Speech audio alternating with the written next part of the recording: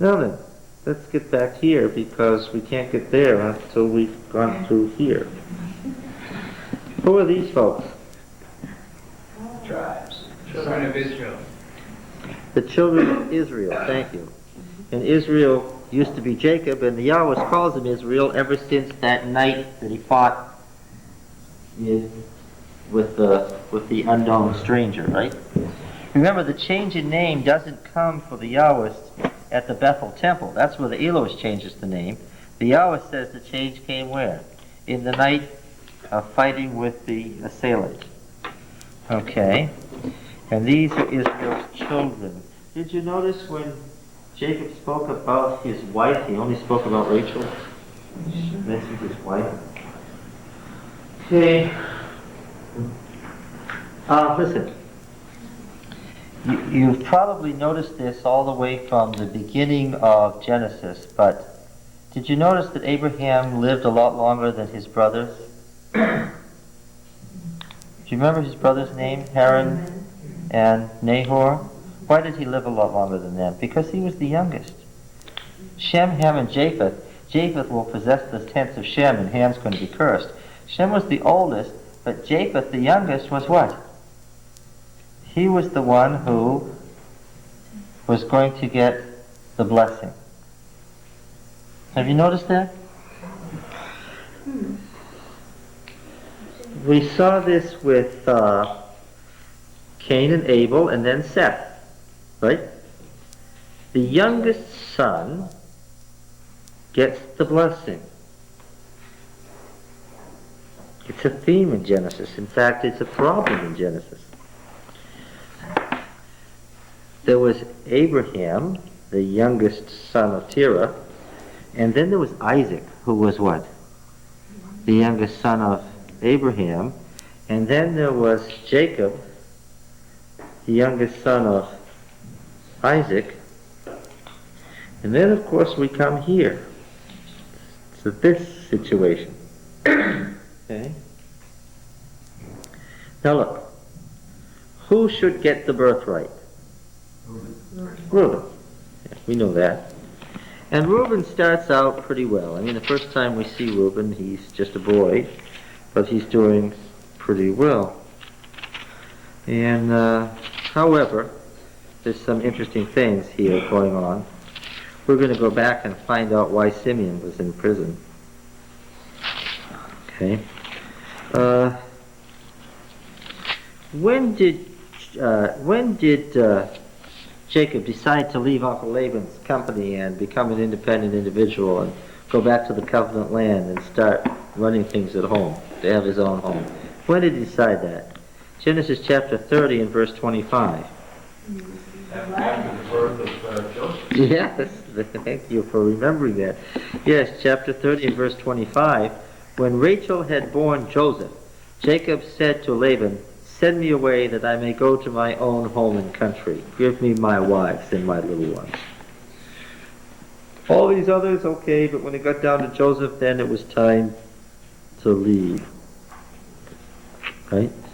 Now, do you remember how these children came to be born? Do you remember the list here in chapter 29 and 30? First there was Leah, and the first children were the first four: Reuben, Simeon and Levi, and Judah. Okay, and you remember that Simeon and Levi, Simeon is the older of the twins, and then Judah. Then Bilhah, who is Rachel's maid, bears Dan and Naphtali, and then Zilpah, who in answer to that is Leah's maid, bears Gad and Asher, and then finally then comes Leah, has two more children, Issachar and Zebulun, and last of all, Rachel, after 10 sons and a daughter, Dinah, has a son, Joseph. Okay? Now, it's a very interesting thing happens here. Chapter 30 and verse 14. In the days of the wheat harvest, chapter 30 and verse 14, in the days of the wheat harvest, Reuben went and found mandrakes in the field. Now, I told you at the time, what were mandrakes? Aphrodisiac. Yes, an aphrodisiac. And aphrodisiac doesn't quite get at it, because aphrodisiac means sexual stimulant and something erotic. The ancients didn't have interest in sex in the same way we do. They had interest in fertility, which is not quite the same thing, is it? The mandrakes were there. Now, it says in the days of the wheat harvest, Reuben now went and found mandrakes in the field and brought them to his mother Leah. Why did he do that?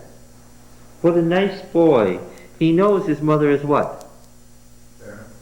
No, she's not barren. He's her son. Well, I don't know. He knows that she is the despised wife, right? And this is after the birth of Gad and Asher. So we're down here, okay?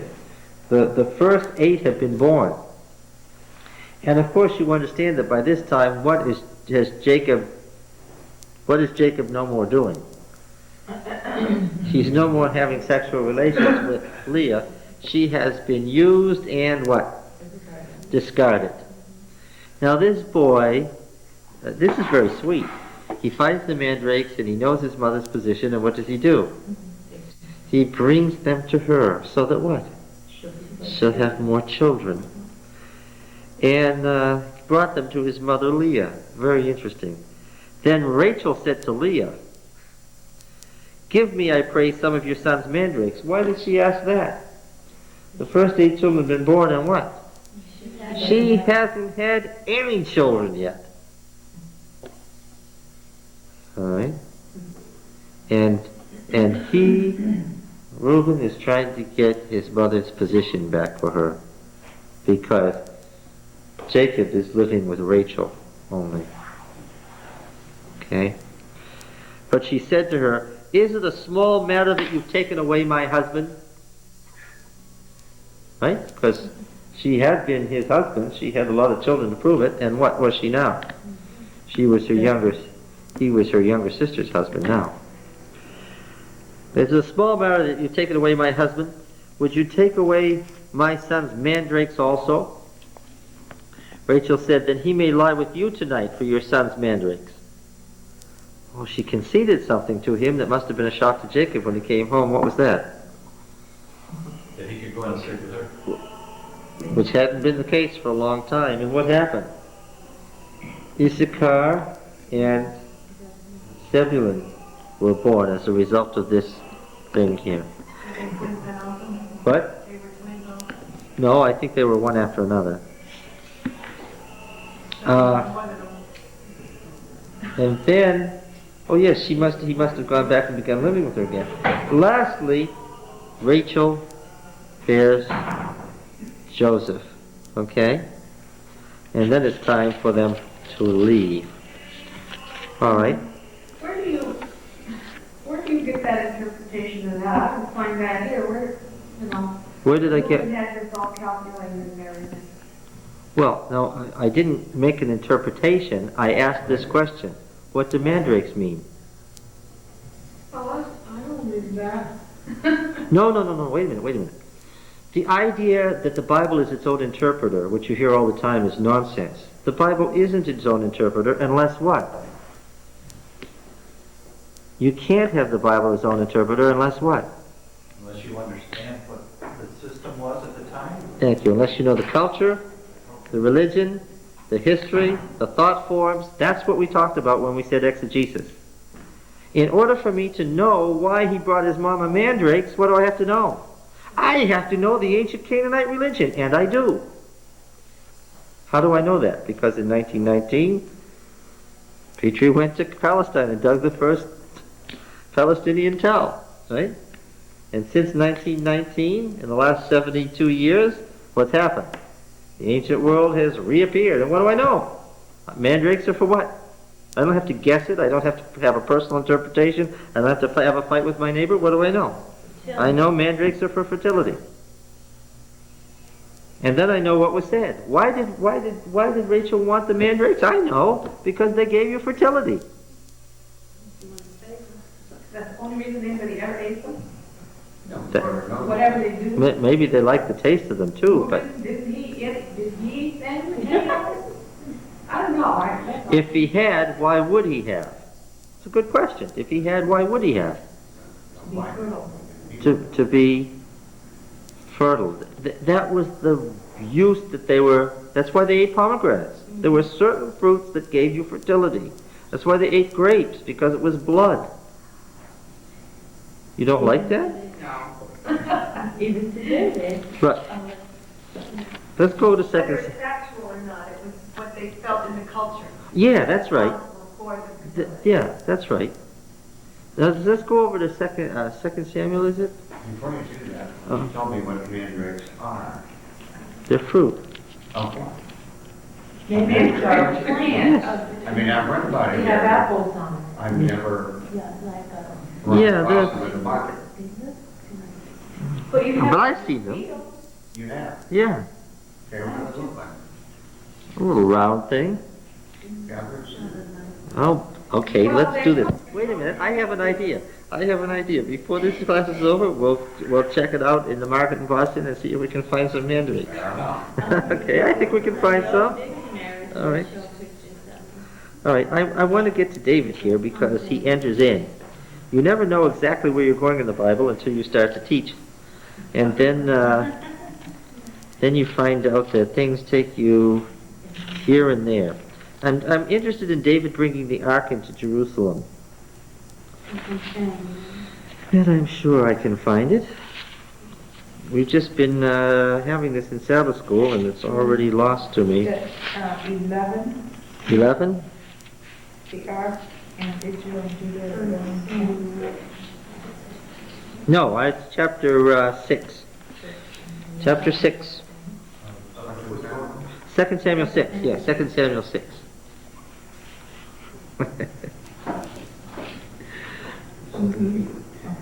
Oh, that one needs to stop that. 2 Samuel 6 and verse 16. As the ark of Yahweh came into the city of David, Michal, the daughter of Saul, looked out the window and saw King David leaping and dancing before Yahweh, and she despised him in her heart. Now, there are lots of reasons for that, as we know. And they brought in the ark of Yahweh and set it in its place inside the tent which David had pitched for it. This, by the way, this tent he pitched for it was the duplicate of the sanctuary in the wilderness.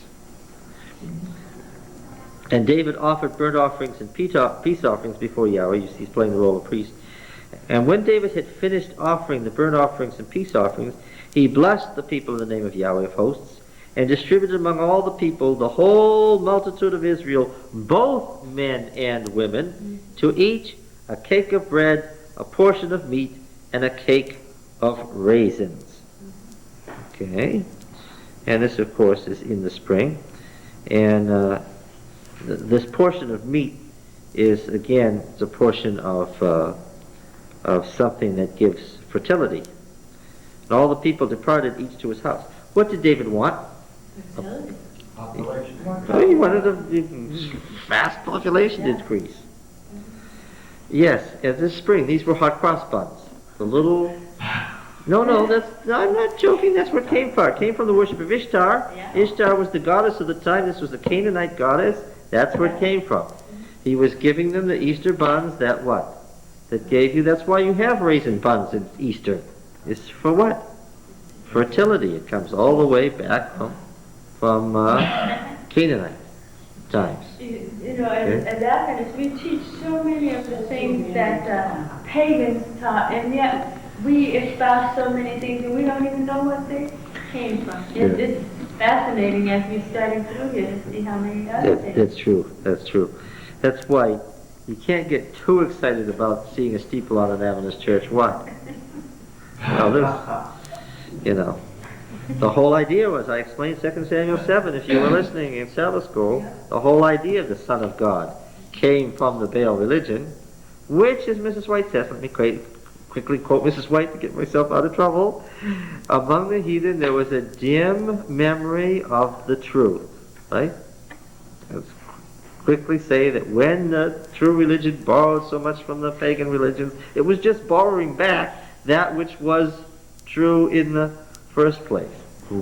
One tape, I almost got myself in so much trouble. That was the whole Sinai experience, though, was to re-educate the children of Abraham with what had been lost to them as to everybody else. And to do it, he used a Canaanite temple, because the sanctuary is nothing if it isn't a Canaanite temple. And drew back out of the Canaanite temple system that which was true about the plan of salvation. Okay. What was the chief fertility symbol in the sanctuary in the wilderness? What represented female fertility? Yes, the candlesticks was the bush that represented female fertility. Okay. Now then, Reuben, What was the table show, Greg, all about? oh, no. That's Exodus. We're in Genesis, and we're trying to get ready for Genesis 49, and we're going to do it. She got me off on Mandrakes. It had nothing to do with me. Now, Reuben, you know, started out well, and he was the firstborn and should have had the double portion and should have been the... But he wasn't. And the question is, why wasn't he? And should he really have been? Deuteronomy 21.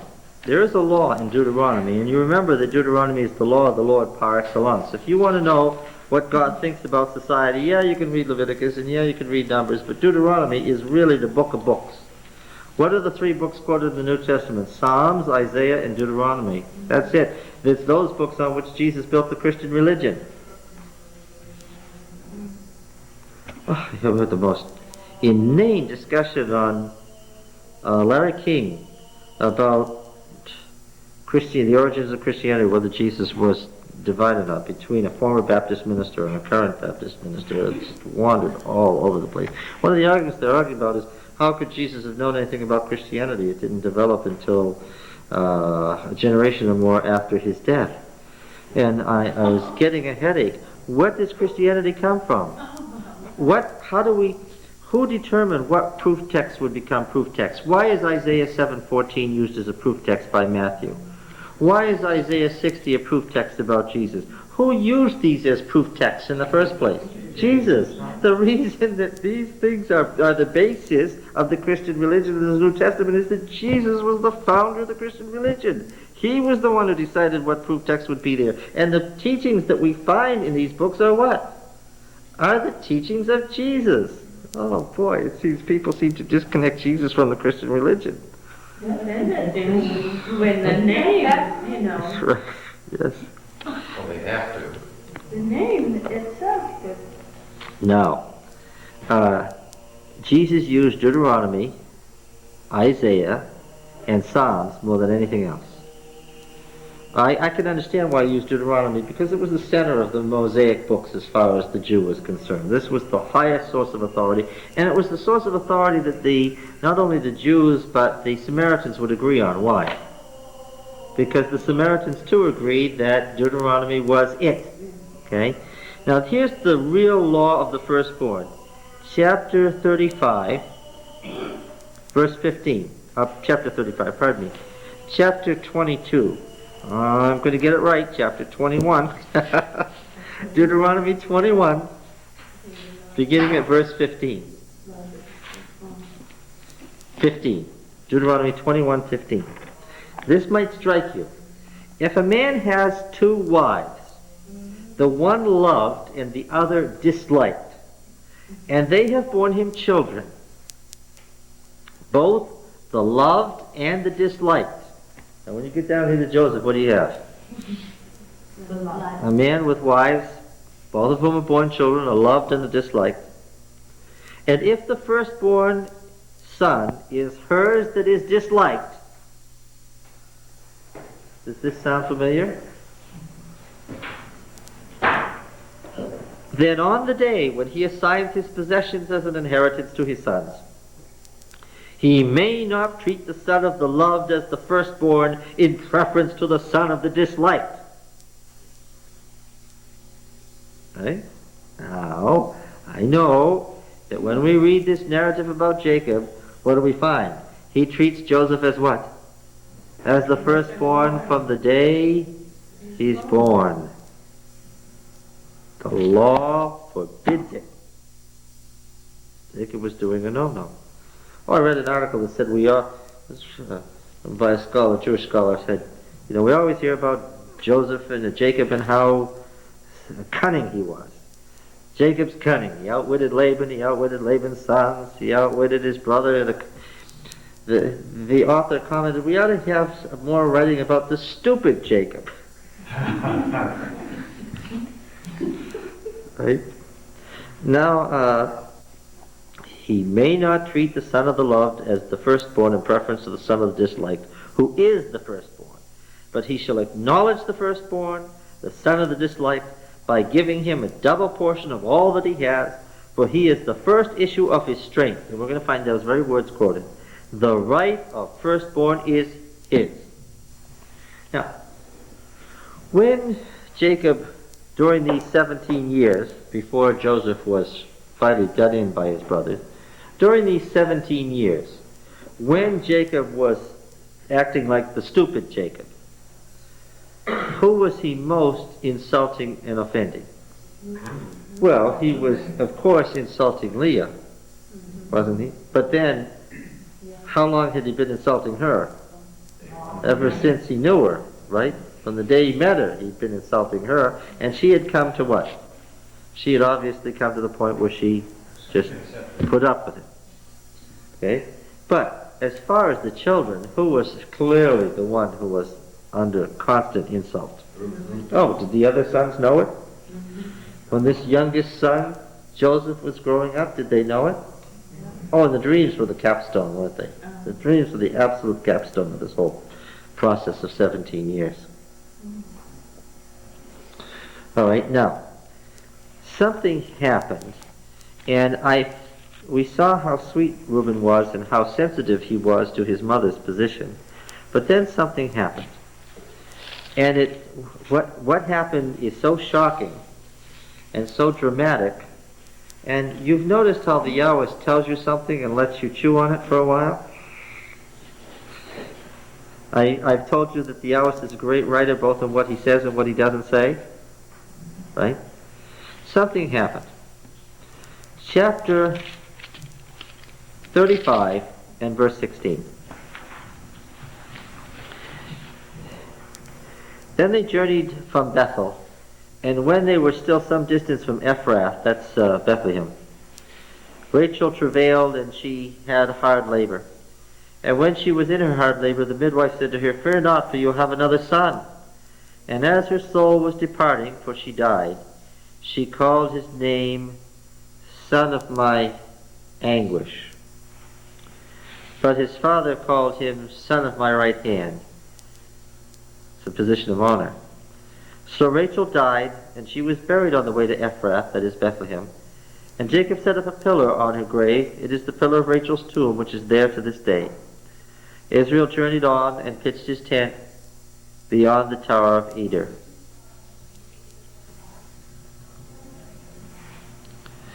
Now the death of Rachel, of course, was the cataclysmic event in Jacob's life, right?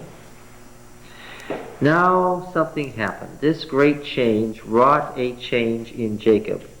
Would it be right to say that he was paralyzed by his wife's death? Oh yes, many years later when he goes to Egypt, what does he say? It's, my wife is dead. How can you take my son?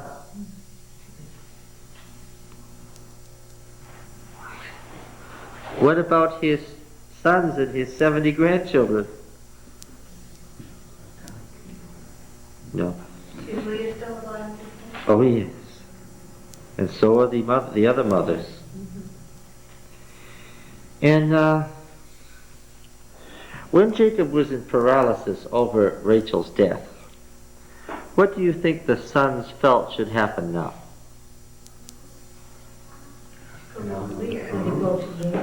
Huh? Restore Reuben to his brother. Yes.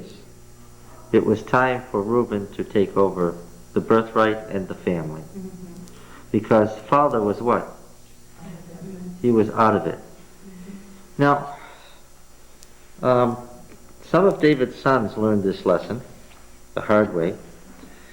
And I think Reuben learned it too. And those folks who rebelled against General Noriega, the general who then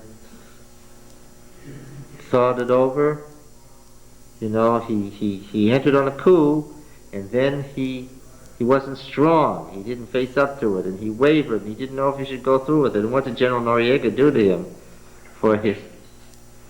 He killed him, didn't he? Personally. He went personally and killed him.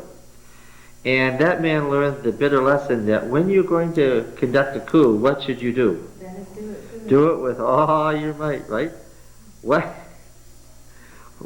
did Prince Machiavelli say? Make no minor injury. Right? Right? From what we know about Reuben, was he capable of making no minor injury? No, a minor injury was all he was able to do. He did the most appalling thing to get control of the family. Verse 22. And this is right in the context of Rachel's death. While Israel dwelt in that land. What land? Beyond the Tower of Edom, which he's just talking about. Reuben went in and lay with Bilhah, his father's concubine, who also happened to be the mother of Dan and Naphtali, and who was the late Rachel's maid. Boy, he was so misty. Let's go to 2 Samuel 16. I wonder how Dan and that wife thought. Just keep your finger there. Well, we're coming back to that. Keep your finger there. 2 Samuel 16. Verse 22. Well, yeah, it's the whole chapter all the way, but down to verse 20. David's gone out of Jerusalem. Absalom has thrown him out and conducted a coup. Absalom is the king. Verse 20, then Absalom said to Ahithophel, give your counsel, what shall we do? Ahithophel said to Absalom, go into your father's concubines, whom he has left to keep the house, and all Israel will hear that you've made yourself odious to your father, and the hands of all who are with you will be strengthened. So they pitched a tent for Absalom on the roof, and Absalom went in to his father's concubines in the sight of all Israel. Now in those days the counsel which Ahithophel gave was as if one consulted the oracle of God. So it was all the counsel of Ahithophel esteemed both by David and Absalom. And of course, there's there was some reason for that. Was Ahithophel trying to give him good counsel? Yeah. And what was the purpose of taking the concubines? To show that what? This was throughout the Near East. To show that what? The king is He was, yes, the king is dead. Long live the king. Yes. In 2 Samuel 3, I think we find the same thing. In 2 Samuel 3, verse 7.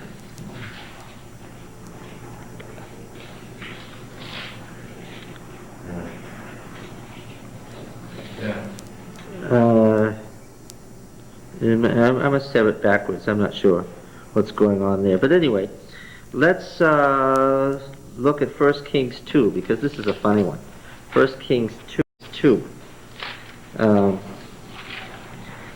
This is how to do yourself in. This is a lesson in bad timing. Verse 19. 1 Kings 2, verse 19. Solomon is king. And by the way, Solomon is the what? What son of David? The youngest son. So Bathsheba went to King Solomon. Now this is his mother, right? The esteemed favorite wife of the mother of the youngest son, to speak to him on behalf of Adonijah. Adonijah is his half-brother, right, who had been displaced as king. And the king rose to meet her and bowed down to her, and then he sat on his throne, and he had a seat brought for the king's mother. She sat on his right as his chief counselor. Then she said, I have one small request to make of you. Do not refuse me. And the king said, make your request, my mother, for I will not refuse you. She said, let Abishag the Shunammite, now that was David's last concubine, and I suspect that Bathsheba didn't like her. Right? She shared his bed in his last days, and what did the half-brother want? He wanted the last concubine. Very stupid to make a coup after the other party's already won. Listen, have your civil war before the other guy's already won, right? Now, why did he ask Solomon's mother to do this? Because he figured she didn't like the concubine anyway. She'll cooperate with me, and when I get father's concubine, what will that show? That I'm the rightful king. Okay? She said, let Abishag the Shunammite be given to Adonijah your brother as his wife. King Solomon answered his mother. Now remember, he was famed for his wisdom.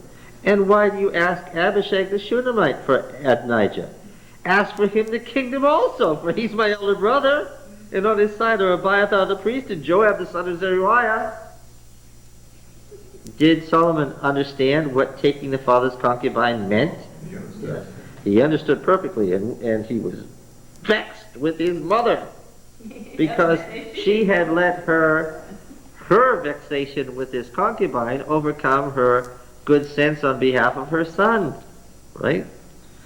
Then King Solomon swore by Yahweh, saying, God do so to me and more also, if this word does not cost Adonijah his life.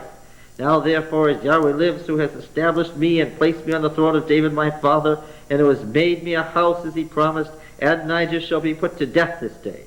So Solomon sent Benaiah the son of Jehoiada and struck him down, and he died. One commentator's comment was that Adonijah deserved to be killed not for conspiracy or treason, but for stupidity. Right? Not very smart. No, not very smart at all. Now, We often forget this was his second crack at Solomon. And the first one he had survived by specifically promising not to get involved in this sort of thing again. Yes, yes, yes. Once you've almost lost your life, what should you do? Be smarter than to do the same thing the second time around. That's right. And so, really, one of the major commentaries says he deserved to die for stupidity, if not for treason. All right, now back to chapter 35, verse 22. While Israel dwelt in that land, Reuben went in and lay with Bilhah, his father's concubine, and Israel heard of it. Now remember, Israel is the name that the Yahwist always uses to refer to Jacob after the night experience. So this is the Yahwist writing, and we know what the Yahwist does when he's handling something. And Israel heard of it, he says. And then he doesn't say anything else. It's pointed out that in the Septuagint, the Greek translation of the Old Testament, it adds, and the thing was grievous in his sight. And of course, the commentator points out that that stupid comment is not something the Yahwist would have written. That the Yahwist leaves a blank here. And Israel heard of it. Right? And why doesn't the Yahwist say anything more about it? Because his point is, and what happened next was too bad for words to describe. Right? All I can tell you for sure, and I can tell you this for sure, is that every time Reuben tries to say anything thereafter, what is he greeted with? Total scorn. Right? His father can barely stand to talk to him. How did he feel about Reuben's attempt to become father of the family? Well, I suppose that Jacob may have appeared to be in total paralysis over the death of Rachel, but guess what? It didn't turn out to be true at all. Here's another person whose stupidity was immense. I see how he didn't get to be the firstborn or inherit the covenant. Now, I know that Simeon and Levi aren't in line for the inheritance. Why? Simeon and Levi, Simeon should have been next. He was the older of the twins. He should have been next. And it's also the reason why Joseph had him in prison. Why were they not next in line? Because of the Well, there was that little matter of the murder of an entire city. And what had Jacob said to them? You have made me odious to the people of the land. Jacob was furious. And I can tell you for sure that Simeon and Levi were not going to get the inheritance. Now let's go to Joseph, the Lord of Dreams, coming to his brothers. It's interesting, just an aside, that thing back here where he says, you've made me stink. Yes? It's, as I understand, it's the word you use for bad meat. Yeah, being Smell rotten. of Yeah. rotten meat. Yes. Yes. Strong words. Now, verse 19, 37:19. Look, Jacob had done his brother Esau in, and Esau had nearly murdered him and his whole family, and Jacob knew it. He'd come perilously close. He knew what Rachel and Leah and their maids were capable of. He knew what Simeon and Levi had done to an unsuspecting Canaanite town. He knew what wild people his whole family were because he was a wild man, right? And yet he sent Joseph off alone to find his brothers. What would you say? Dumb. Really dumb. Very dumb, yes. Okay. Now then, in verse 19, they said to one another, here comes the Lord of Dreams. Behold, the dreamer cometh. Come now, let us kill him and throw him into one of the pits, and we shall say that a wild beast devoured him, and we shall see what has become of his dreams. Well, I know who isn't talking. I know that it's not Reuben talking. Maybe it's Simeon and Levi. But when Reuben heard it, he delivered him out of their hands, saying, let us not take his life. I know what Reuben's up to. What is Reuben up to? Well, if there's one thing that Jacob really cares about, it's what? It's Joseph. And so, if Reuben can save Joseph's life and let his father know, I saved his life, what will happen? He restores. Maybe he'll Restoration, maybe. Yes. Who would stand to lose in that case? Judah. Judah. Mm. And Reuben said to them, shed no blood, cast him into this pit here in the wilderness, but lay no hand on him, that he might rescue him out of their hand to restore him to his father. So when Joseph came to his brothers, they stripped him of his robe, the long robe which he wore, and they took him and cast him into the pit. It was a cistern, obviously, and there was no water in it. They sat down to eat, and then came the Ishmaelite Midianites. We never can tell who's what here. It's very confusing. Then Judah said to his brother, verse 26, what profit is it if we slay our brother and conceal his blood? Come, let us sell him to the Ishmaelites. Judah is going to do what with Joseph? He doesn't want to kill him, but what? He's going to... So that what? With Joseph out of the way, he is apparently in his father's mind the elected firstborn. He is, after all, the firstborn of Rachel, whom Jacob considers his wife. We'll get rid of him as the firstborn, and with him gone, with Reuben the eldest not able to save him, who else will be done in at the same moment? Judah was doing a no-no. He was getting rid of Reuben because Reuben's chance for restoration would go down to Egypt with Joseph. Joseph would be gone. Simeon and Levi were on the outs, leaving whom? Leaving Judah to run the show. And did Judah afterwards run the show? He surely did. Now verse 29. When Reuben returned to the pit and saw that Joseph was not in the pit.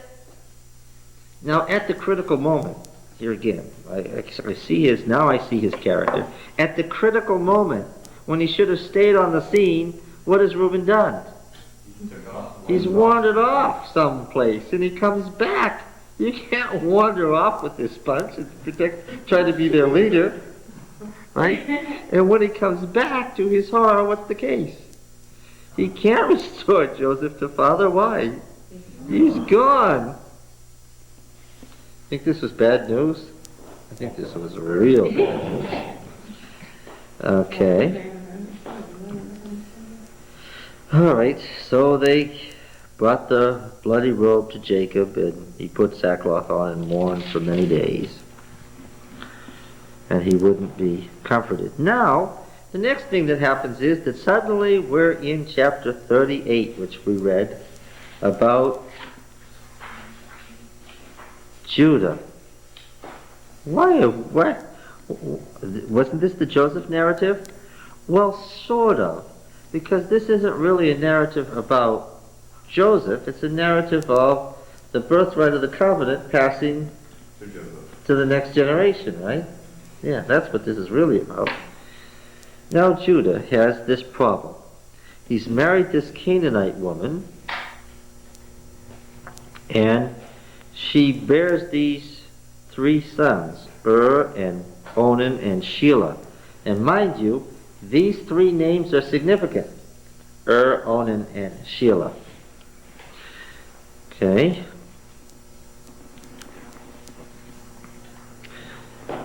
Judah's firstborn, was wicked in the sight of Yahweh, and Yahweh slew him. And then Onan was slain likewise. Judah loses what? How many sons? 2. But by the end of the chapter, Judah what? Has gained 2 more sons. Love it. Who happen to be, not unexpectedly, what are they? Twins! Have you noticed how twins seem to run in this family? Right? Now, one is on his way out, and while the one is in the process of being born, what happens? The one that's already marked as the elder, because he puts his hand out first, and what happens? The other one comes rushing out, and the younger, once again, triumphs over the elder, which is one of the major themes in Genesis. The younger son theme. Okay? Now remember those names, Onan, and Shelah, because we're going to see them again. Alright. Judah isn't particularly pictured as a particularly good person here. He's trying to protect his 3rd son from death because the first 2 sons aren't so good and they were slain by the Lord. He has sexual relations with this prostitute who turns out to be his daughter-in-law. Eventually, he owns up to it. The staff, right? Where is this thing about the staff? Staff, a ring, and one other item. Bracelet. Now, a ring has what on it? A signet. Who wears a ring? The head is the household. Yeah. And have you ever heard of this staff? What's the staff of Judah? Becomes a rather significant thing. What is it? Oh yeah, it's the sign of authority and kingship. And in the Testament of Jacob, which what we're doing here is preparing to read the Testament of Jacob, folks. Verse 49:10.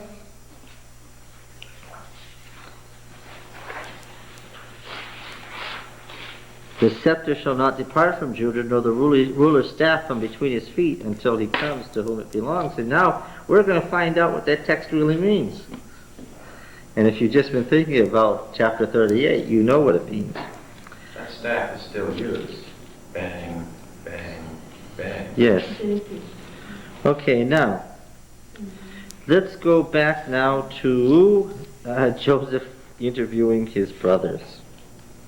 All right, let's get Joseph on to the viziership of Egypt, and the brothers appear. Right? Joseph gives them the grain.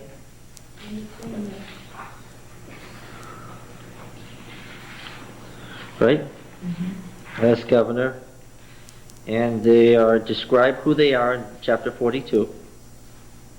He begins to quiz them. He threatens them, tells them that they're spies and so forth.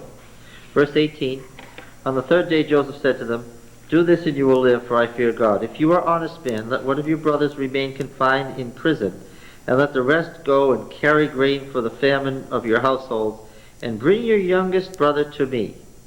So your words will be verified, and you shall not die. So he wants Benjamin. And they did so. Then they said to one another, in truth we are guilty concerning our brother, in that We saw the distress of his soul when he besought us, and we wouldn't listen. Therefore is this distress come upon us. Okay. All these years later. And Reuben answered them. Here's Reuben. Did I not tell you not to sin against the lad? But you would not listen. So now there comes a reckoning for his blood. Okay. Now, Reuben has become something of a whiner at this point in his life. Why? What is he complaining about? He's saying that you wouldn't listen to me. If you had only listened to me, what? All of this would be okay. He's blaming them because what? They never accepted his authority. And if they had accepted his authority, everything would have been okay. And these are the words of a disappointed man and a person who's never going to lead. Isn't that clear? This is not a person who thinks that maybe now turn of events will make him the leader. Right? Well, this is a disappointed man. Now, they come back and they have to tell Jacob that they've got to take Benjamin to Egypt. Verse 35. As they emptied their sacks, behold, every man's bundle of money was in his sack. And when they and their father saw their bundles of money, they were dismayed. And Jacob their father said to them, you have bereaved me of my children. Joseph is no more, and Simeon is no more, and now you would take Benjamin. All this has come upon me. So, Joseph is no more, and Simeon is no more. Jacob doesn't expect to see Simeon alive again. What has Joseph done? Joseph, knowing that Reuben tried to save him but was ineffective, has what? Has let Reuben go back and kept Simeon. Now, I told you that I had a pretty good idea who wanted Joseph's blood. You see, when Reuben was discredited, who hoped to take over? Simeon. Simeon hoped to take over. Though, of course, in Judah's mind, what Simeon and Levi had done in Shechem would mean that they'd never take over. But Simeon hoped to take over, and he'd been the one who'd been leading in the idea that what we should do is what?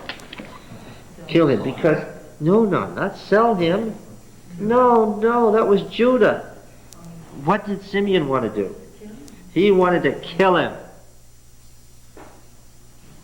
After all, with Joseph, the chosen firstborn, gone, and with Reuben discredited, Simeon hoped what? Does this remind you of the 12 disciples?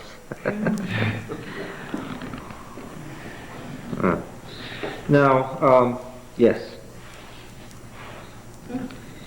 So, what did Joseph do? He made Reuben, weak that he was, go back and tell the father, because Reuben had delivered him. He made Reuben go back and tell Jacob that the man wants to see Benjamin, and he kept Simeon there. And he kept Simeon in prison. Why? What? I made this comment last week, but it wasn't clear what I was talking about. It seemed to be, I was missing too much information to make clear. I said that Simeon was at fault, that he was the one who'd wanted to kill Joseph. It doesn't say that directly, but the Yahwist expects you to read. Right? Simeon was the one, and what did Joseph do? Very neatly. He put him in prison where Simeon could think about what was going to happen, and what did Simeon expect? He expected to be executed. And he left him there, and I don't suppose that was a good time, those days that passed. And the brothers didn't come back right away, and Simeon was there, and Joseph wasn't getting him out. And the time was passing, and Simeon expected to die in the prison in Egypt. All right? Must have been tough for Simeon because he knew how long it should take them to get back, and about how long the stuff would last, and when they should come back. And they were gone twice as long They didn't come back. as they should have been. And so he got a chance to languish alone in Egypt as Joseph had, to get a taste of all of this thing. Now, back, verse 37, 42:37, back to Reuben. Then Reuben said to his father, slay my 2 sons if I don't bring him back to you.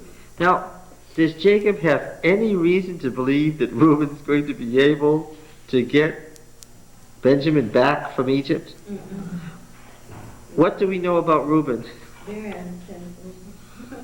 He may have good intentions, but what? He really knows how to muck things up, right? Would Jacob, first of all, would Jacob have had anything to do with relying on Reuben? I suppose anybody else. Put him in my hands, and I will bring him back to you. What's Reuben trying to do? I got it. What's he still trying to do? Still trying to get back in good graces by saving Benjamin's life. The same thing he had tried to do so many years earlier by trying to save Joseph's life. This is not a particularly successful man. But he said, my son shall not go down with you, for his brother is dead and he only is left. So what's Jacob's reaction to Reuben's intercession? You're not. No son of mine. It's the only. Not going with you. Do you feel a little sorry for Reuben? The phrase is here. Yeah. It's really violent. Oh, My yes. son will not go down with you. You're not my son. Yeah, well, that's the implication. But, The very idea that you would even think that my son would go with you is an outrage. And if he's the only one left. yeah. Yeah, that's right. Has no others. Yeah. All right, I get you to go this point about writing about the stupid Jacob, not the cunning one. If harm should befall him on the journey that you are to make, you would bring down my gray hairs with sword and shield. Now, we have to do something. The famine was severe in the land, and when they'd eaten the grain which had been brought from Egypt, their father said to them, go again buy us a little. Judah said to him, the man solemnly warned us, saying, you shall not see my face unless your brother's with you. If you send our brother with us, we'll go down and buy food. But if you not send him, we won't go down. The man said to us, you'll not see my face unless your brother's with you. Now, look, Judah is making ultimatums here and saying this is the way it has to be. Right? And there's something very, very noticeable about Judah. And what is that? He's giving the orders. Israel said, why did you treat me so well as to tell the man that you had another brother? And they replied, obviously Judah speaking for them, he asked us. We had to answer. Judah said to Israel his father, verse 8, send the lad with me, and we will arise and go that we may live and not die, both we and you and also our little ones. I will be the surety for him. Of my hand you shall require him. If I do not bring him back to you and set him before you, then let me bear the blame forever. Because what? By now, the authority has devolved where? He already is the leader. And what's he saying? If I take this boy down there and he doesn't come back, then what? You hold me responsible. Yes. And what would he do? He would therefore lose his preeminent position. Now, this is the first sign of progress I've seen. And what is that? Here's the guy who's the leader saying what? I'll give that up if necessary.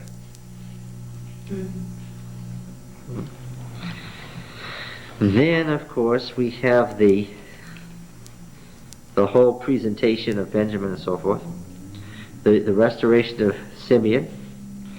The setting up. And then comes Judah's speech, which is one of the longest speeches in Genesis. Chapter 44 and verse 18.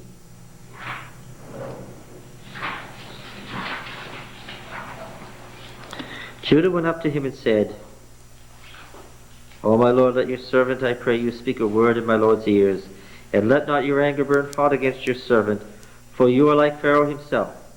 My Lord asked his servant, saying, have you a father or a brother? And we said to my Lord, we have a father, an old man, and a younger brother, the child of his old age, and his brother is dead. And he alone is left of his mother's children, and his father loves him. Then you said to your servants, bring him down to me, that I may set my eyes upon him. We said to my Lord, the lad cannot leave his father, for if he should leave his father would die. Then you said to your servants, unless your youngest brother comes down with you, you shall see my face no more. When we went back to your servant my father, we told him the words of my lord, and when our father said, go again, buy us a little food, we said, we cannot go down. If our youngest brother goes with us, then we will go down, for we cannot see the man's face unless our youngest brother is with us. Then your servant my father said to us, you know that my wife bore me 2 sons. Catch it? My wife bore me 2 sons. One left me, and I said, surely he has been torn to pieces, and I have never seen him since. If you take this one also from me, and harm befalls him, you will bring down my gray hairs in sorrow to Sheol. Now therefore, when I come to your servant my father, and the lad is not with us, then as his life is bound up with the lad's life, when he sees that the lad is not with us, he will die. And your servants will bring down the gray hairs of your servant our father with sorrow to Sheol. For your servant became surety for the lad to my father, saying, if I do not bring him back to you, then I shall bear the blame in the sight of my father all my life. Now therefore, let your servant, I pray you, remain instead of the lad as a slave to my lord, and let the lad go back with his brothers. For how can I go back to my father if the lad is not with me? I fear to see the evil that would come on my father. Now, since this is one of the longest speeches in Genesis, second only to Yahweh's speeches, what would you say? He's become an important man. Oh, yes. And what's his attitude? Very humble. It's intercessory. He is doing what? He's offering himself in the place of his brother. He's willing to give up his position, his life, to become a slave. He's showing the opposite spirit, right? And Judah is electing himself to leadership, right? Because the election of God is by human choice, right? Divine election is by human choice. There's a principle. Divine election is by human choice. So now it's Judah and his brothers, right? It's hard to believe when you read this speech that this is the guy that said, let's sell him to those guys Yes, over there. yes, Yes. yes. So that he could what? So that he could have the position that Reuben, Simeon, and Levi had lost. And it was this change in character that made Judah the leader. First of all, he's the strongest character among them, isn't he? While Joseph has been developing his own character in his own way in Egypt, in a different way, Judah has been becoming what? What has Judah been becoming at home? He's been becoming the patriarch. He's the leader, isn't he? He's the only one his father will listen to. Now, I don't know where Joseph thought he was going with this charade, or how far he intended to go, or what he was going to do. I don't think he knew for sure what he was going to do, but what? But Judah stopped it. Judah was the one who stopped it, and Judah was the one who changed his mind. Right? And by stopping Joseph in his tracks and bringing him to tears and ending the charade, Jacob became the leader over all the sons. Right? And that's why Judah's on the east. Because what? What's the preeminent position around the sanctuary? Yes. Or the son. Yes. And Ephraim and Manasseh are on the other side.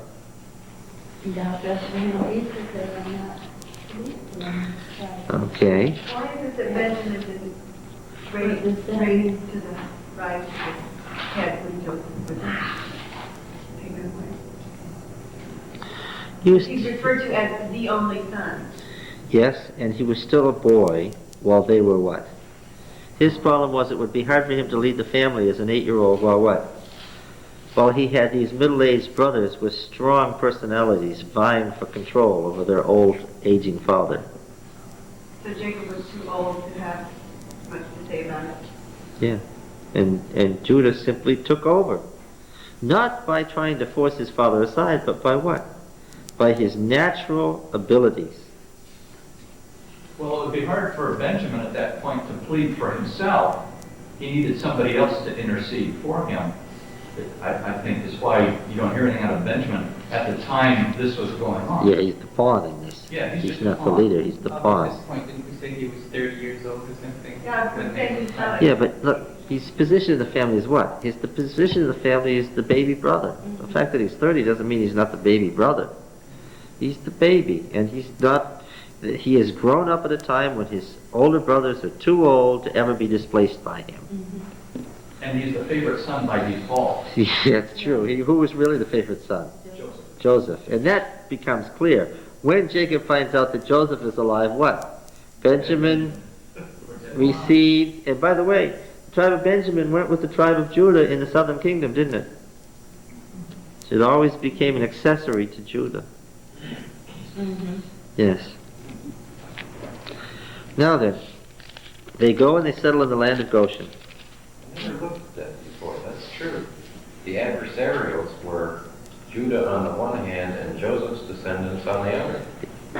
The two great powers in Israel are Joseph and Judah, Yeah. who develop power in parallel lines.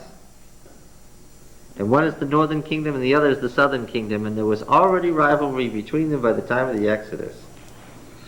And that's why it's in Genesis. Now then, let's read from 47 verse 27.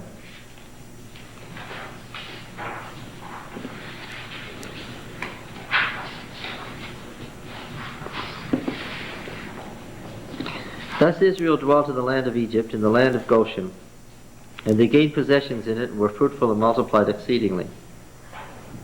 That's the fulfillment of the original promise in chapter 1 and again in Noah's day, to be fruitful and multiply. And Jacob lived in the land of Egypt 17 years, so that the days of Jacob, the years of his life, were 147 years. And when the time drew near that Israel must die, he called his son Joseph and said to him, If now I found favor in your sight, put your hand under my thigh, and promise to deal loyally and truly with me. Do not bury me in Egypt, but let me lie with my fathers. Carry me out of Egypt and bury me in their burying place. He answered, I will do as you have said. And he said, Swear to me. And he swore to him, and Israel bowed himself upon the head of his bed. Now that's his death. But we're running ahead. After Joseph was told, Behold, your father is ill, he's going to tell another story now. He took with him his two sons, Manasseh and Ephraim, and it was told to Jacob, Your son Joseph has come to you. Then Israel summoned his strength and sat up in bed. And Jacob said to Joseph, El Shaddai appeared to me at Luz in the land of Canaan and blessed me. And he said, Behold, I will make you fruitful and multiply you, and make you a company of peoples, and will give you this land to your descendants after you for an everlasting possession. And now your sons who were born to you in the land of Egypt, before I came to you in Egypt, are mine. Ephraim and Manasseh shall be mine, as Reuben and Simeon are. The two firstborn, right? Two firstborn of Leah, and Joseph will make Ephraim and Manasseh the two firstborn of Rachel. And the offspring born to you after them shall be yours. They shall be called by the name of their brothers in their inheritance. For when I came from Paddan, Rachel to my sorrow died in the land of Canaan on the way. And when there was still some distance to go to Ephrath, I buried her there on the way to Ephrath. When Israel saw Joseph's sons, he said, Who are these? Joseph said to his father, These are my sons whom God has given me here. And he said, Bring them to me, I pray you, that I may bless them. Did you notice that Judah has a Canaanite wife and Joseph has an Egyptian wife? Now the eyes of Israel were dim with age, so that he could not see. So Joseph brought them near him, and he kissed them and embraced them. And Israel said to Joseph, I had not thought to see your face, and lo, God has let me see your children also. And Joseph removed them from his knees and bowed himself with his face to the earth. And Joseph took them both, Ephraim in his right hand toward Israel's left hand, and Manasseh in his left toward Israel's right hand, and brought them near him. And Israel stretched out his right hand and laid it on the head of Ephraim, who was younger, and his left hand on the head of Manasseh, crossing his hands, for Manasseh was the firstborn. And he blessed Joseph and said, The God before whom my fathers Abraham and Isaac walked, the God who has led me all my life long to this day, the angel who has redeemed me from all evil, bless the lads. and in them let my name be perpetuated, and the name of my fathers, Abraham and Isaac, and let them grow into a multitude in the midst of the earth. Now another great touch here. Joseph saw that his father laid his right hand on the head of Ephraim. It displeased him. He's annoyed, see? And he took his father's hand to remove it from Ephraim's head to Manasseh's head. And Joseph said to his father, "Not so, my father, for this one is the firstborn. Put your right hand on his head." But his father refused and said, "I know, my son, I know. He also shall become a people. He also shall be great.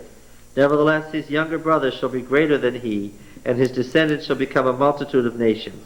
So he blessed them that day, saying, "By you Israel will pronounce blessing, saying, El make you as Ephraim and as Manasseh." Ephraim and Manasseh.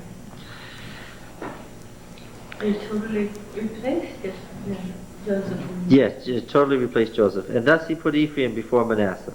Then Israel said to Joseph, "Behold, I am about to die, but God will be with you and will bring you again to the land of your fathers. Moreover, I have given to you, rather than to your brothers, one mountain slope, which I took from the hand of the Amorites with my sword and with my bow." That's Shechem, the shoulder. That's Shechem, the city. That's Shechem, where Simeon and Levi had murdered the inhabitants. Okay, now, the great poem, the most ancient of all the poems in the Bible, one of the truly old Hebrew. It has no relationship to the Hebrew that this is written in. This song, the song in Exodus 15, the so-called Song of Moses, the song of Deborah in Judges 5, and the dying lament for Jonathan. These are the corpus, and little snatches here and there, these are the corpus of the ancient Hebrew poetry that is older than the prose of the Bible and is the oldest writing in the Bible. Okay? This is really old. This really does predate Moses. This is the oldest stuff we have. This is the testament of Jacob. Okay? The dying blessings of Jacob. The testament of Jacob. Okay? Then Jacob called his sons and said, "Gather yourselves together, that I may tell you what shall befall you in" what? "In days to come." Okay, so it's meant to be a song and a prophecy. Okay. "Assemble and hear, O sons of Jacob, and hearken to Israel, your father." Do you see the parallel couplet? Assemble, hearken.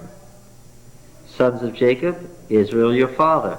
Antithetical phrases. The sons of Jacob, Israel, your father. Okay. In a parallel couplet, antithesis used for parallelism. It's great, huh? "Reuben, you are my firstborn, my might, and the first fruits of my strength." That's what's quoted in Deuteronomy 21. "My might and the first fruits of my strength, preeminent in pride and preeminent in power." Had Reuben once been the leader? The most powerful? "Unstable like water.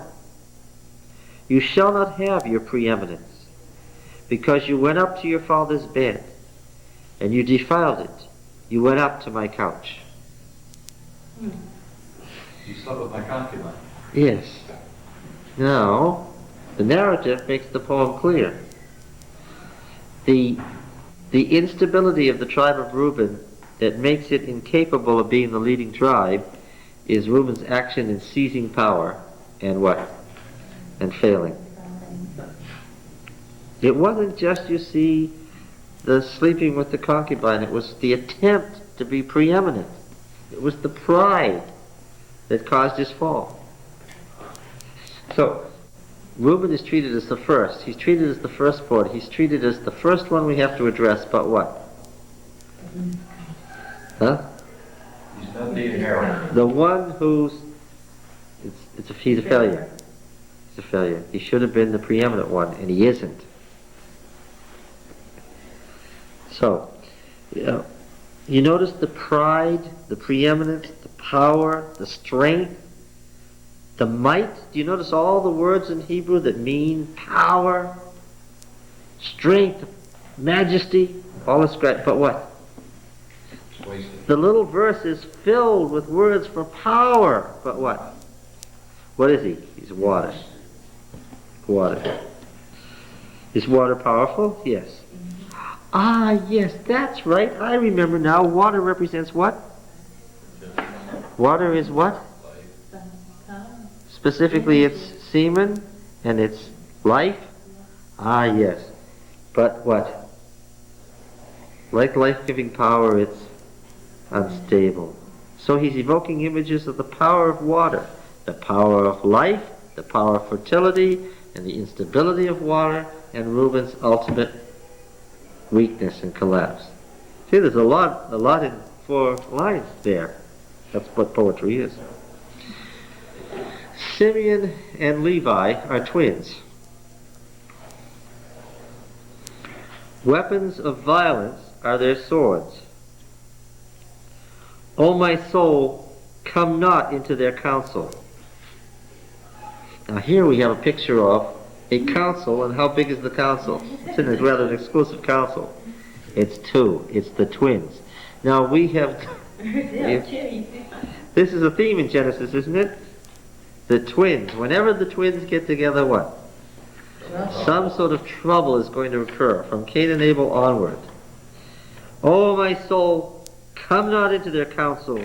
O my spirit, be not joined to their company. And this is a word for a military company. For in their anger they slay men, and in their wantonness they hamstring oxen. Cursed be their anger, for it is fierce, and their wrath, for it is cruel. I will divide them in Jacob and scatter them in Israel. So part of the tribe of Simeon's in the north, and part of the tribe of Simeon's in the south of Judah, and Levi what? Oh, Levi's everywhere. I will divide them in Jacob. Now look, what do you know about the twins? Get the themes here and get the what the twins are what? Yes, the twins are cruel, but what are they as far as each other? No, yeah, they're set apart from the other 12, right? There's all of these, but of all of these, we only read 2 together. What is that? We must read Simeon and Levi together. We don't even read Joseph and Benjamin together. We read Simeon and Levi together, right? They have a little council that's all their own, right? But you have to know twins and have twins to understand what that means. They are a unit unto themselves, right? And what happens to this inseparable unit? What are they? They're divided and scattered. We have the opposites, right? First you have a very tight unity, and then what do you have? The dividing and scattering. Right? Now there was strength in their unity, but that strength resulted in what? Wantonness and cruelty and murder. And stay away from them. Don't let Simeon and Levi ever get together, because when they're together, what are they? They're dangerous. Okay? Where is Simeon there? He's under Reuben's control. Oh, I see. Reuben, Simeon. Okay. Reuben, Simeon, Levi. Who does this bring us to? Judah. Now we already know that we're expecting Judah to be what? The leader. Judah, your brothers shall praise you. Your hand shall be at the throat of your enemies. Is that victory or failure? Oh, yes. Your father's sons shall bow down before you. Uh-oh. That has already happened. They have bowed down to who? Joseph. But is he going to maintain his preeminence? No. In the end, the 2 parallel powers, Judah and Joseph, who's going to take preeminence? Judah is going to end preeminent. The words in Joseph's dream have been fulfilled to Joseph, but what? They're destined for Judah. Because he just see beyond what was happening in the dream. Your father's sons shall bow down before you. Judah is a lion's whelp. From the prey, my son, you have gone up. Do you ever see the male lions sitting in the heat of the day, roaring and sitting? And what's sitting around them? Of what? Females. Yes. Yeah. Now, they do this. Look. These were shepherds.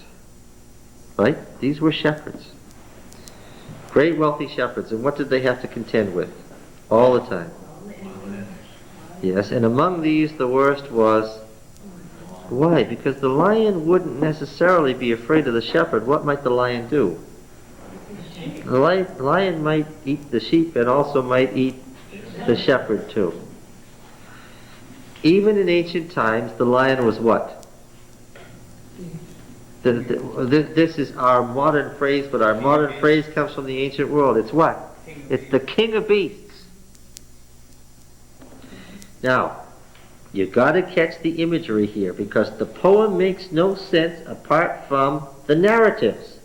If you haven't read the tales, if you haven't read the sequence, you can't make any sense of the passage. We got a picture of a male here, the lion's whelp, who's born, and first he's a young lion, and then what?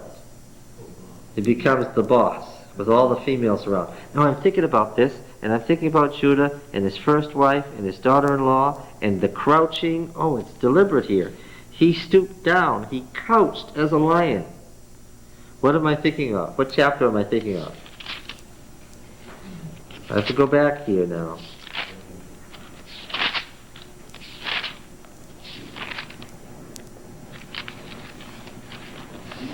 Mm-hmm. 38, yes. He stooped down, he couched as a lion, and as a lioness, who dares rouse him up? Who could make Judah get up? What's the answer? Nobody. And if you tried to, what? Picture the male lion sitting there. What would happen?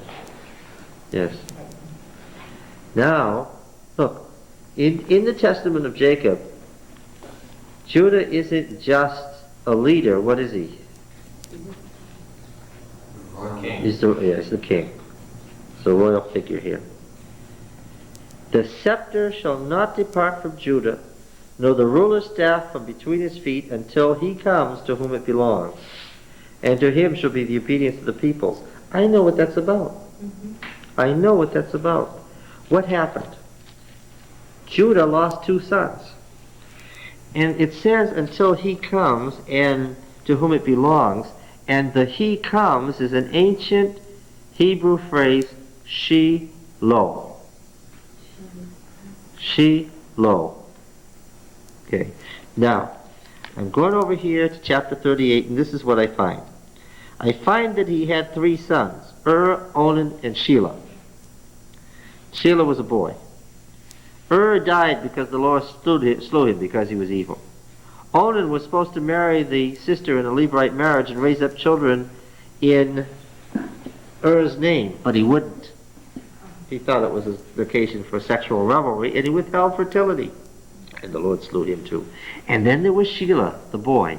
And what did Judah say to the daughter-in-law? Wait until he comes. Wait until he comes.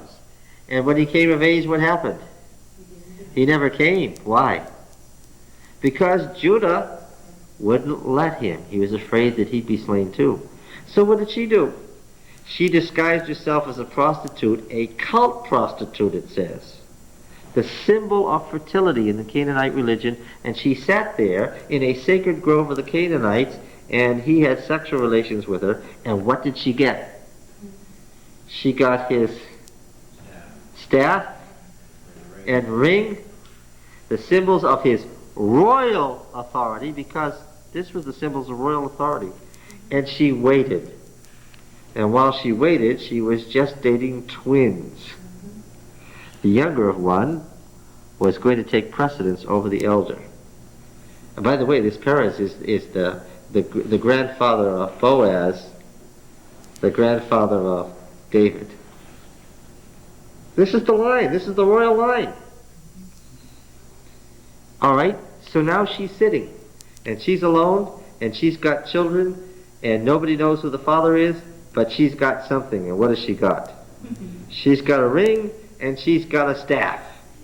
And when they asked her, hey, your father-in-law threw you out and sent you back to your own family. This is a tribal society. Your father was supposed to keep her, but he didn't want her around. And they said to her, where did you get these children? What'd she say?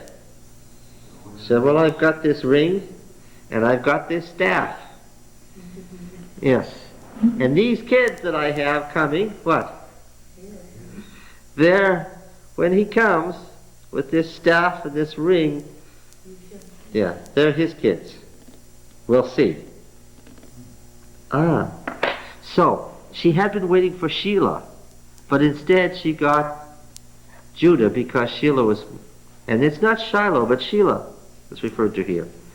A phrase that means the one who's coming, in indefinite. So it meant the one who's coming, an indefinite one. And they didn't know who it was, but it was Judah, a king. So now I know what this business about Shiloh coming means, because I read chapter 38. And here's an example of doing exegesis. Right? This is an example of what it means properly to say that the Bible interprets itself. Right?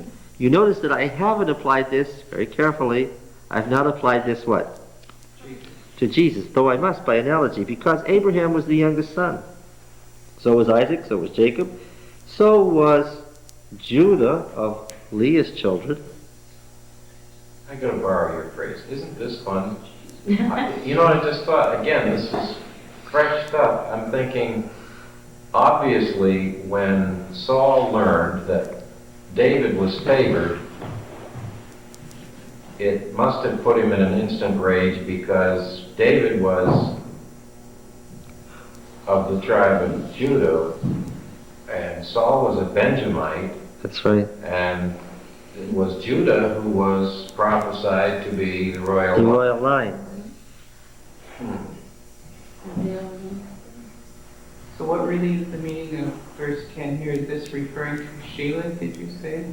She was waiting for Sheila, and he would never come. So what'd she do? She took Judah, who was the royal figure. Okay. And this is the beginning of the royal line. And that's what it means. And it's saying, and in his dying testament, Jacob is saying what? The royal line began with these events described in chapter 38 and what? And that royal line what? Continues until he... Continue how long? Until he comes. Always. This indefinite one coming in the line of Judah always. Right? Because Judah is the youngest son at the time that all of this argument about which of Leah's older children were going to take precedence, Reuben, Simeon, Levi, or Judah. Okay? So does this prophecy refer to the first or the second coming of Christ, John? Oh, well, there you go, boy. Moses was the younger son, so was Gideon and Jotham. Saul tells us in one of his tirades that he was the youngest son of his father. David was the youngest son of his father. Solomon was the youngest son of his father. And when you follow the kings in David's line, they were not the oldest son. And the line of Jesus was traced through the youngest son of King Josiah. And Jesus was the youngest son of Joseph. It's a biblical theme. It speaks the youngest son too.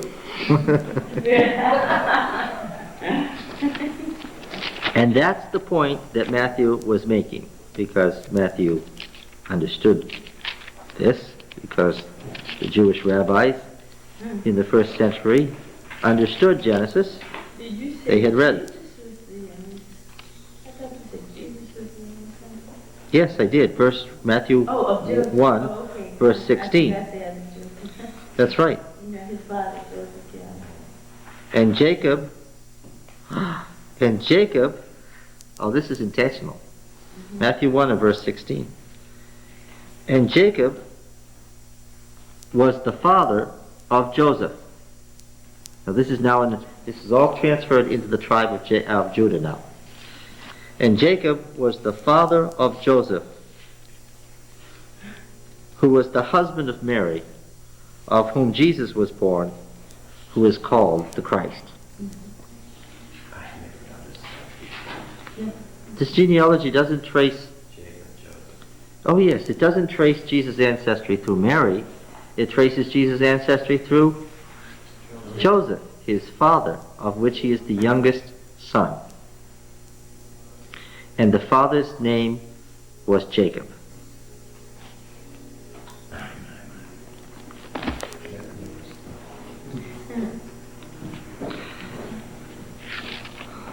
All right, now, back to this. Verse 10. The scepter shall not depart from Judah, nor the ruler's staff from between his feet. Oh, is it an accident then that this is quoted in the New Testament? No. Until he comes to whom it belongs. So taking Genesis 38, it transfers all the way through to Revelation. The symbol of the rod. Most people knew where the rod began with this prostitution. They'd be somewhat shocked, but what? That was its origin. And to him shall be the obedience of the peoples, binding his foal to the vine, and his ass's colt to the choicest vine. He washes his garments in wine, and his vestures in the blood of grapes. His eyes shall be red with wine, and his teeth white with milk. What are these symbols of? Fertility, power. Yes. What brings fertility and prosperity? The line of Judah and the one coming to whom it belongs.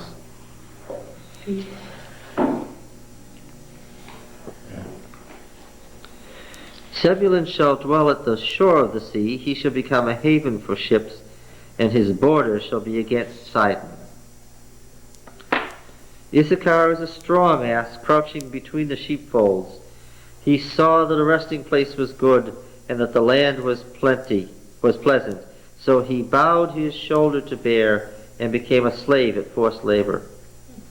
Was Issachar's destiny good or bad? Bad.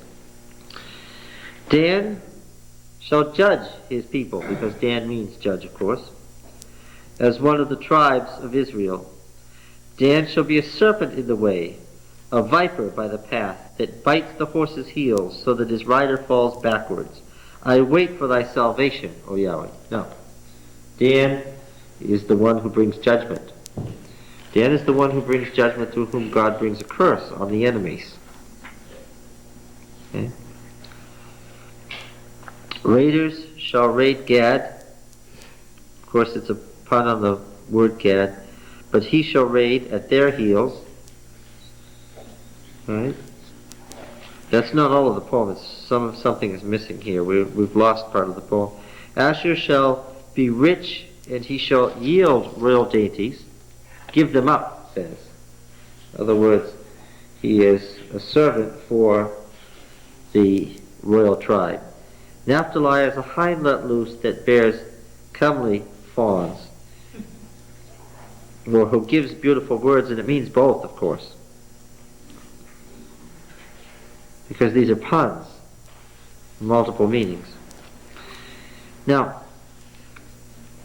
Joseph is a fruitful bough by a spring, his branches running over the wall. Picture a spring, stone wall, a willow or something. Okay. The archers fiercely attacked him, shot at him and harassed him sorely. Yet his bow remained unmoved. His arms were made agile by the mighty one of Jacob, El Shaddai, right? The mighty one. By the God of your father, who will bless you. By God Almighty, who will bless you. With blessings of heaven above, blessings of the deep that couches beneath, blessings of the breasts and of the womb. The water, of course. Whenever you get a spring, what have you got? You got the water from the deep coming up to meet the heavenly water. You've got what? The navel of the earth through which flows fertility. Oh, this is full of fertility images here. Fertility images drawn from Canaan. Right? The blessings of your father are mighty beyond blessings of the eternal mountains and the bounties of the everlasting hills. May they be on the head of Joseph and on the brow of him who was separate from his brothers. Benjamin is a ravenous wolf, in the morning devouring the prey and at even dividing the spoil.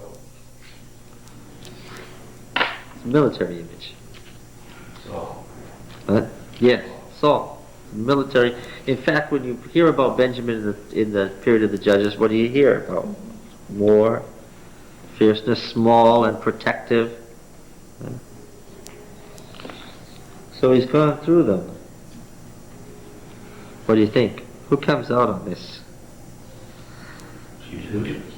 While Joseph is the agency of fertility in the world, and continues to be the agency of fertility, that's Israel, Judah, what? Is the agency of God's rule in the world. Would you say that Joseph actually got the birthright though, since he got 2 shares, that is, his 2 sons were 2 separate tribes in Israel?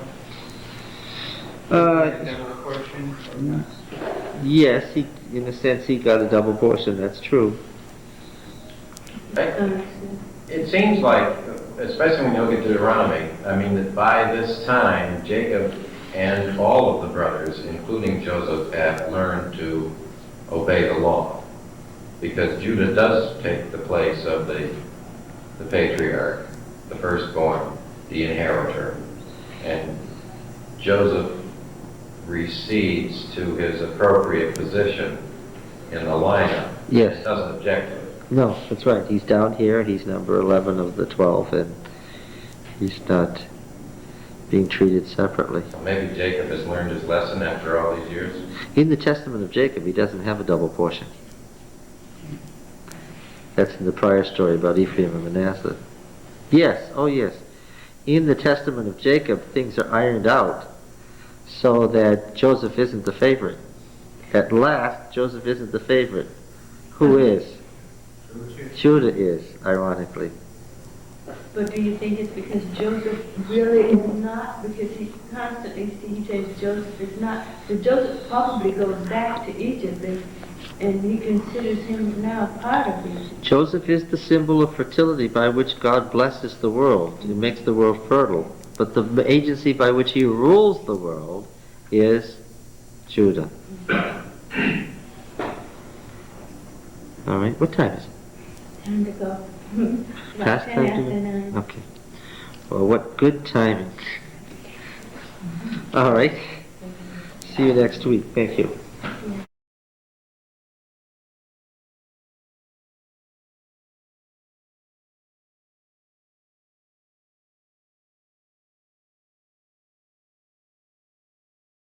Bathsheba went to King Solomon. Now this is his mother, right? The esteemed favorite wife of the mother of the youngest son, to speak to him on behalf of